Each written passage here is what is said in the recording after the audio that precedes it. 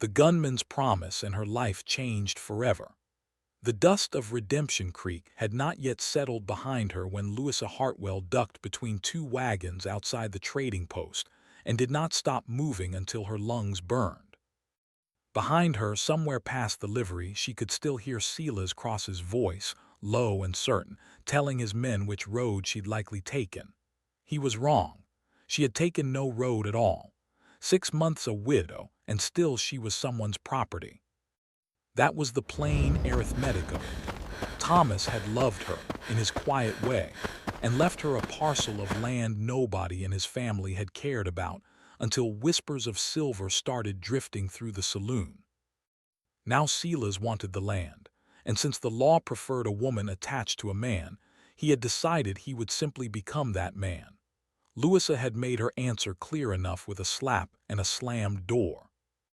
Silas had made his answer clearer still, arriving at her cabin with 3 riders and talk of family obligations. His voice pleasant even as his men blocked every window she might have run through.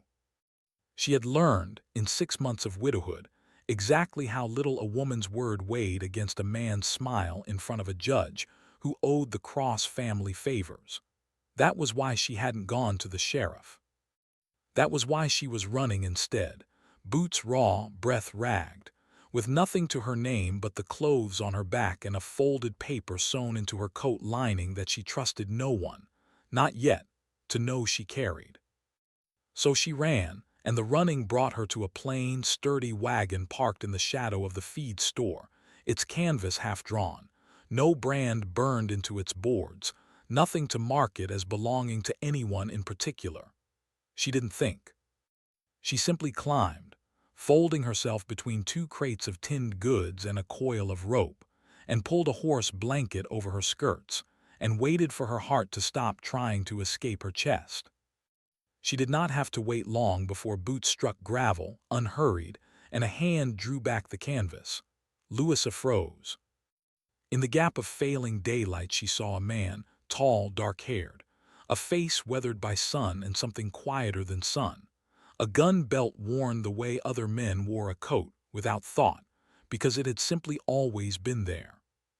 She had heard the name spoken in town with the particular hush reserved for men who were dangerous and knew it. Jasper McCrae, the gunman the marshal's office sent when ordinary men failed. She braced for a shout, a rough hand, the accusation that would end with her handed back to Silas in irons of politeness.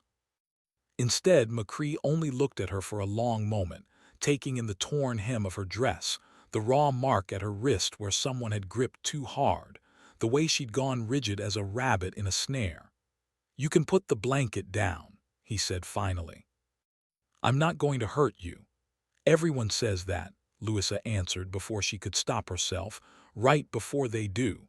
Something almost like a smile moved through his eyes, though his mouth didn't follow it. He didn't climb into the wagon. He didn't reach for her.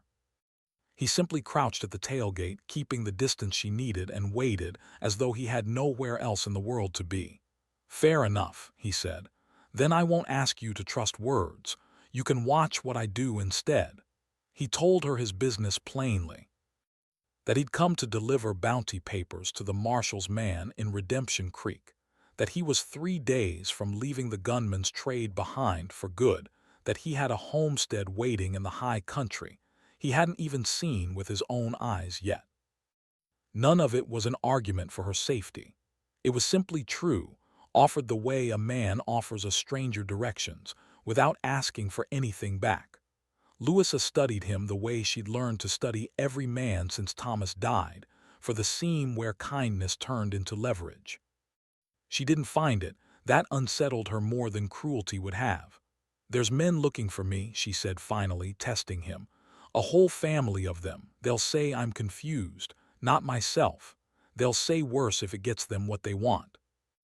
"Then they'll have to say it to me first," Jasper said, and there was no boast in it, only the flat certainty of a man stating the weather. He rose, dropped the tailgate closed but not latched, so she could climb free any time she chose, and told her plainly she was free to leave at the next crossroads, no explanation owed, no debt collected. It was that the door left open rather than shut, that loosened something clenched behind her ribs for the first time in 6 months. 20 minutes later, with dusk fully down and the wagon creaking along the north road, 3 riders came out of the scrub at a checkpoint post, lanterns raised, faces she knew too well by torchlight. Silas's men. Louisa went still as stone beneath the crates. "Evening," the lead rider said, reining up. "Looking for a woman, brown hair, traveling alone, family matter." Jasper didn't reach for his gun. He didn't need to. He simply looked at the man the way he might look at a fence needing no mending, and said, in a voice unhurried and final, that he'd seen no such woman on this road, and that he'd appreciate the men clearing off before they made him repeat himself. No hand moved toward a holster. None needed to. The riders exchanged a glance, muttered an apology, and turned their horses back the way they'd come, McCrae's name doing the work no violence had to. Louisa lay motionless until the hoofbeats faded entirely. When she finally sat up, moonlight had found its way beneath the canvas, and Jasper was watching the road ahead, calm as if nothing at all had happened. "Why?" she asked quietly. "You don't know me." He didn't look back at her, but his answer came steady and sure, the first real crack of warmth beneath all that quiet iron. "You are safe now," he said. "That's reason enough." Louisa said nothing more that night, but she did not climb down at the crossroads when it came. For the first time since Thomas died, she found she did not want to leave. Junction Flats announced itself first by smell, wood smoke, and roasting meat, drifting out to meet the wagon a full mile before the buildings did, and then by sound, a fiddle tuning somewhere near the church hall for what looked to be the whole town's supper and dance. Jasper drew the team up at the livery and studied the gathering crowd with the flat calculation of a man reading a room for exits. "There's no boarding house that won't talk," he said, "which means the safest lie is the plainest one. And what lie is that?" Louisa asked, though she suspected she already knew. "That you're my wife. Nobody questions a married man asking after his own business. A woman traveling alone with a stranger, they question plenty." She should have bristled at being spoken of as arrangement rather than person. Instead, she found herself weighing it the way Thomas had taught her to weigh a bad debt, and made her own counterproposal instead of simply nodding. "Then we agree on what it means and what it doesn't, before either of us says it to a soul." "Agreed," Jasper said, and something in his voice suggested relief that she'd asked rather than assumed. It was practical, they told each other, over supper that night at a long table crowded with strangers who seemed to already like them both, practical and nothing more. But practicality did not explain why Jasper actually laughed low and surprised when Louisa corrected a rancher's math on cattle prices without missing a bite of her pie, or why she found herself watching his hands steady and careful as he mended a harness buckle for an old widow who couldn't pay him for it. "You read law," he said later, low, when they'd stepped outside for air away from the fiddle music. "It wasn't a question. Thomas taught me. He said a woman who understood deeds and debts couldn't be as easily robbed as one who didn't." Louisa touched the seam of her coat without meaning to. He was nearly right. She told him then quietly of the paper sewn into her lining. The original deed to her land signed clean and true, and of the second deed Silas had produced at the county office not 2 weeks past one, that named a silver vein. No Asher had ever confirmed one that conveniently required a male guardian to manage such a valuable claim. She had seen the ink on that second paper. It was too fresh for a document meant to be years old. Jasper went very still, and when he spoke his voice had lost its easy warmth entirely. "That's not new. Men like your brother-in-law don't ride in with guns anymore. They ride in with paper. I've spent 6 years chasing exactly that kind of wolf, the ones who steal with a pen because a pen can't be hanged for it." It was, Louisa realized with something like wonder, the first time their reasons had matched instead of merely tolerated one another. His last bounty file, he told her, unfinished business he'd meant to hand off before riding to his homestead for good, concerned a county clerk 2 towns over who'd made a habit of correcting land records for a fee. She recited names. He recognized one of them. They did not kiss that night nor speak of feeling, but when he offered his arm to walk her back through the dancing crowd, and she took it, neither of them let go until they reached the wagon, and that quiet, ordinary distance closed between them felt larger than any declaration would have. The trouble arrived 2 mornings later, and it did not arrive with guns. Silas Cross rode into Junction Flats dressed for church, hat in hand, a stranger in a county clerk's coat riding beside him with a satchel of papers. He did not shout Louisa's name across the street. He walked straight to the town hall, requested an audience with the visiting circuit judge due through in 2 days' time, and filed calmly, and with every appearance of grieving concern, a petition declaring Louisa Hartwell unfit to manage her own affairs. And Jasper McCrae, a man who had taken advantage of a confused widow for her land. Word spread through Junction Flats faster than fire through dry grass. By noon, the same townsfolk who had danced with them 2 nights past watched Louisa cross the street with new and careful eyes, the particular caution reserved for a woman whose story had just been rewritten by someone else. The woman who sold her eggs each morning did not meet her gaze. The rancher whose math she'd corrected at supper crossed to the other side of the road entirely, as though confusion, like fever, might be caught by standing too close.